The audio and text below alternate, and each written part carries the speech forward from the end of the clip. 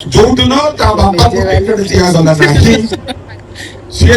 ଯୋଉ କାରଣ ପାଇଁ ଆପଣ କହିଲେ ପୁଅ କହିଥାନ୍ତା ମୋ ବାପା ଚାଲିଯିବା ଇଣ୍ଡିପେଣ୍ଡେଣ୍ଟ ଠିଆ ହେଇକି ଆସିବା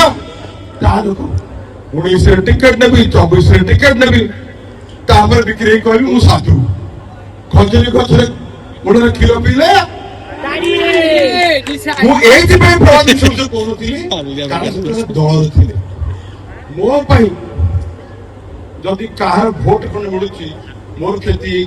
नवीन पट्टनायक सम्मान मोर क्षति मोर जिते क्षति किसी असुविधा पार्टी का सब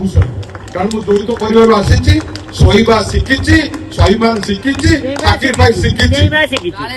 पार्टी चुप थी जहाँ पचारू आज कहली जे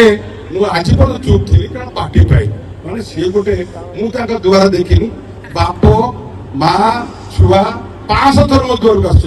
कौन नहीं भी कभी ना आम जहाँ दो भूली जाऊ कहना छोट कथा कह जाए नवीन जहाँ भूली जाए